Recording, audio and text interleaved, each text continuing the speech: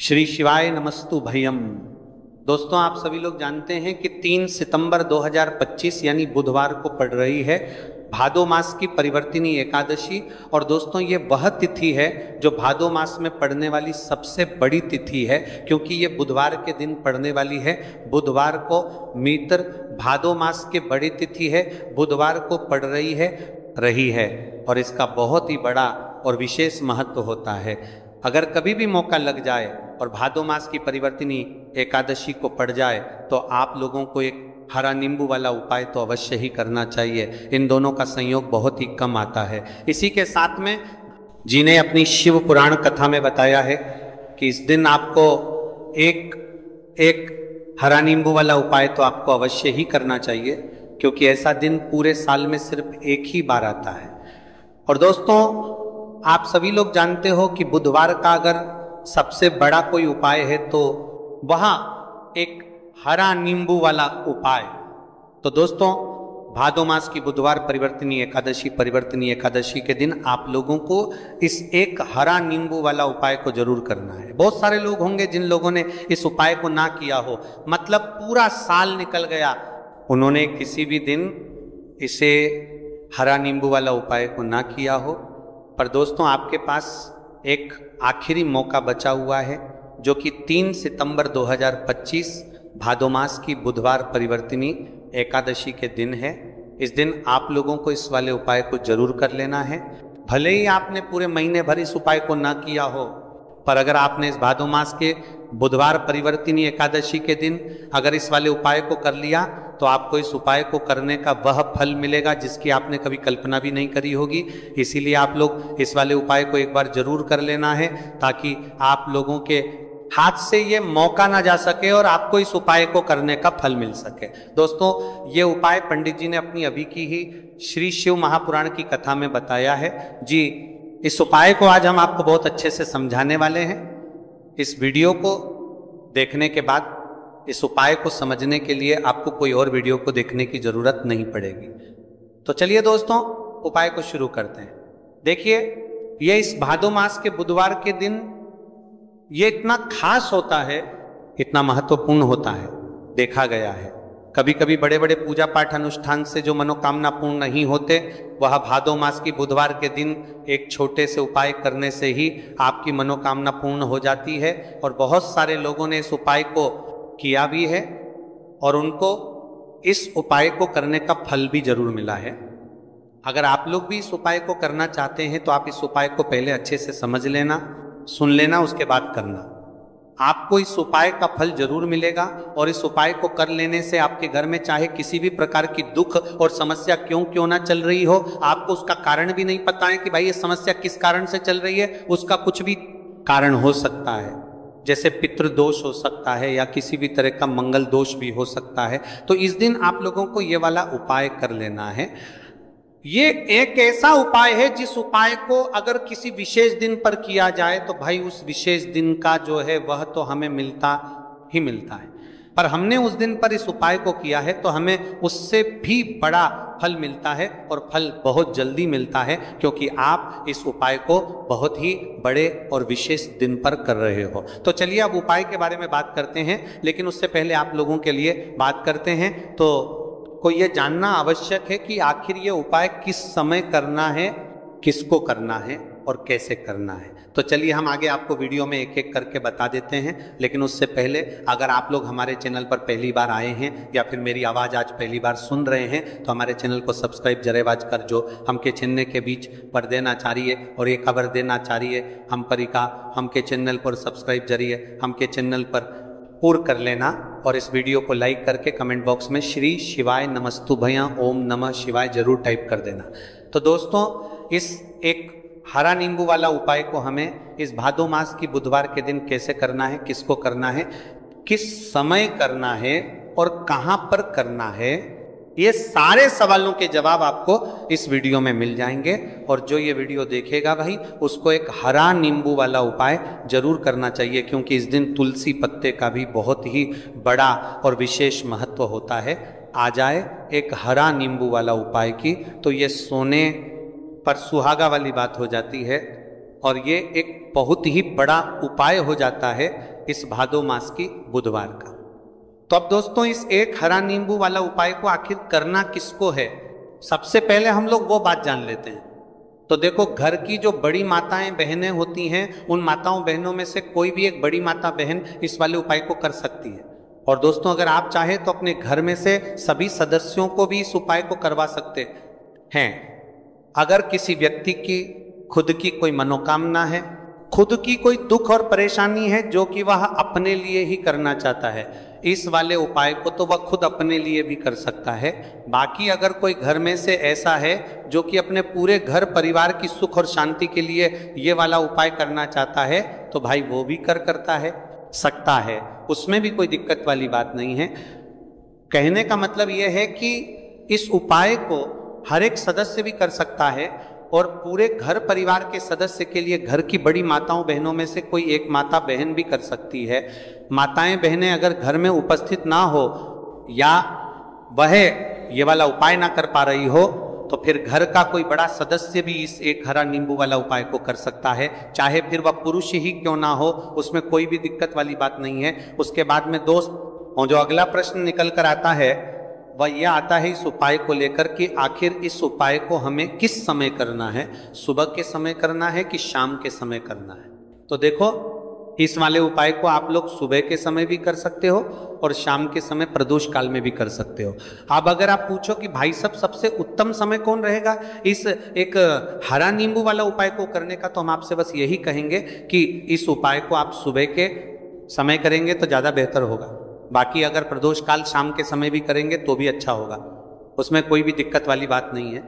तो अब दोस्तों जो अगली सबसे बड़ी और महत्वपूर्ण बात आती है वो ये आती है कि सुबह अगर हम उपाय को करेंगे तो हमें कितने बजे से लेकर कितने बजे तक के बीच में करना है, और शाम के समय प्रदोष काल में करेंगे तो हमें कितने बजे से लेकर कितने बजे के बीच में करना है।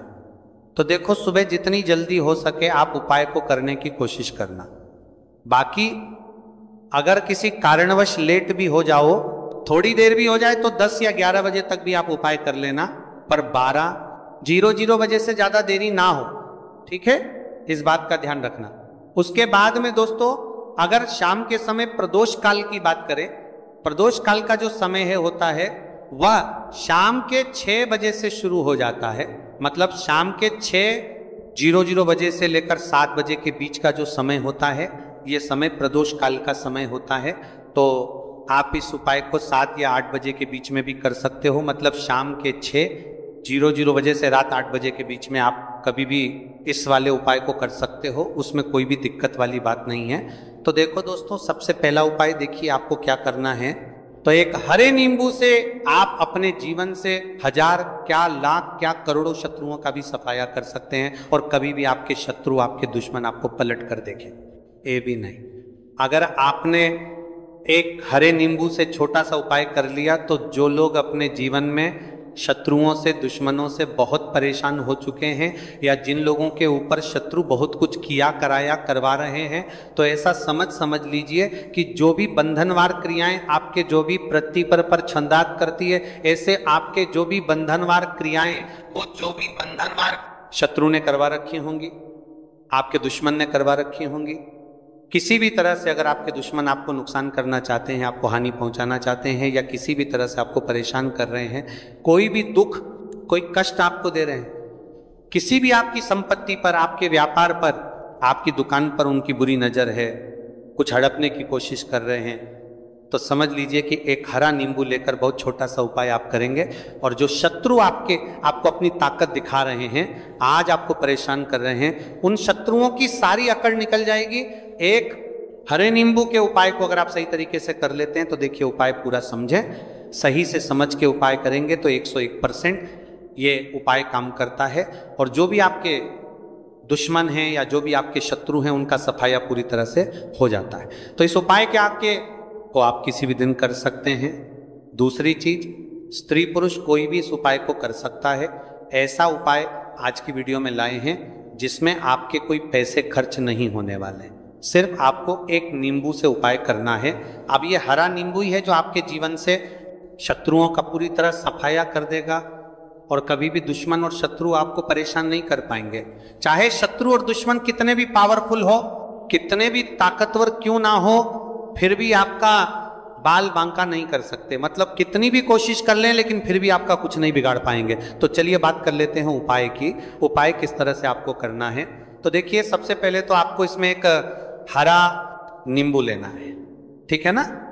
अब ये उपाय गुप्त शत्रुओं के लिए भी है और उस दुश्मन के लिए भी है जो सामने से आप पर वार कर रहा है, आपको किसी भी तरह की धमकी दे रहा है, कोई नुकसान आपका कर रहा है, वह शत्रु भी परास्त हो जाएगा।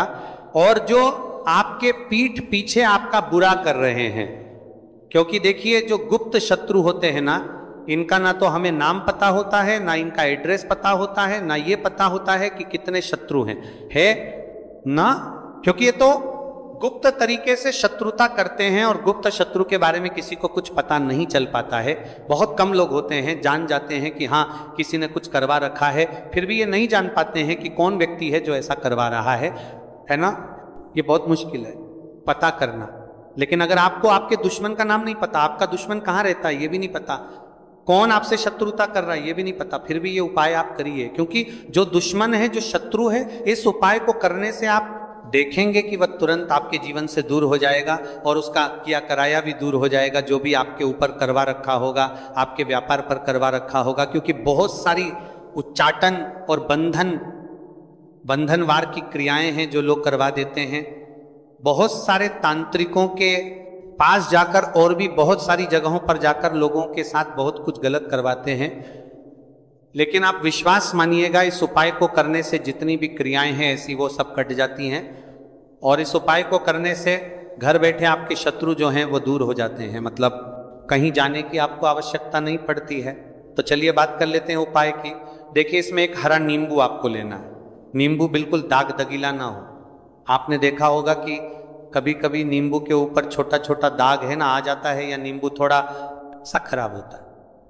लेकिन आप कभी भी उपाय के लिए खराब नींबू ना लें, एकदम साफ सुथरा सा नींबू आपको लेना है। और एक पीला नींबू भी आता है, पीला नींबू बिल्कुल आपको इस उपाय में नहीं लेना है, लेना हरे रंग का ही नींबू है, ग्रीन कलर का। इसी के साथ आपको एक काले रंग का पेन लेना है, काले रंग का कलम आपको लेना है। कलम कोई सा भी आप ले सकते हैं, कोई भी पेन ले सकते हैं, स्केच ले सकते हैं, मार्कर ले सकते हैं, ठीक है ना। कोई भी पेन आप ले लीजिए। अब आपको क्या करना है, ये दोनों चीजें लेकर अपने घर में एकांत में बैठ जाना है, जहां इस उपाय को करते समय आपको कोई रोके टोके ना है, ना ऐसी जगह पर करेंगे। चाहे कमरा है आपके घर में ऐसा, या कोई भी गैलरी बरामदा, जहां इस उपाय को आप करें और आपको कोई रोके टटोके ना। भले ही उपाय के बारे में सबको पता है आपके घर में, फिर भी उस समय कोई आपको डिस्टर्ब ना करे, है ना। इस तरीके से आपको उपाय करना है। तो देखिए, सबसे पहले नींबू आपने क्या करना है, नींबू पकड़ना है हाथ में और काले रंग के पेन से इस नींबू के ऊपर अपने दुश्मन का, अपने शत्रु का नाम लिख देना है। अब बहुत सारे लोग कहेंगे कि हमें तो ऐसे शत्रु हैं हमारे जीवन में जो गुप्त हैं, जिनको हम जानते भी नहीं, उनका नाम कैसे लिखेंगे। तो देखिए, अगर शत्रु का नाम नहीं जानते, ये भी नहीं जानते कि कितने शत्रु हैं, तो केवल आप उस नींबू पर शत्रु लिख दें। देखिए, जब आप केवल शत्रु लिखते हैं ना, इससे आपके सारे दुश्मन, सारे शत्रु ही परास्त हो जाते हैं, सभी के सभी का सफाया हो जाता है। तो नींबू के ऊपर केवल शत्रु लिखेंगे और फिर इसे आपको काले रंग के कपड़े में रख देना है। शत्रु लिखने के बाद या शत्रु का नाम लिखने के बाद काले कपड़े में रख देना है और 3 बार आपको बोलना है, मेरा शत्रु परास्त हो, मेरा शत्रु परास्त हो, मेरा शत्रु परास्त हो।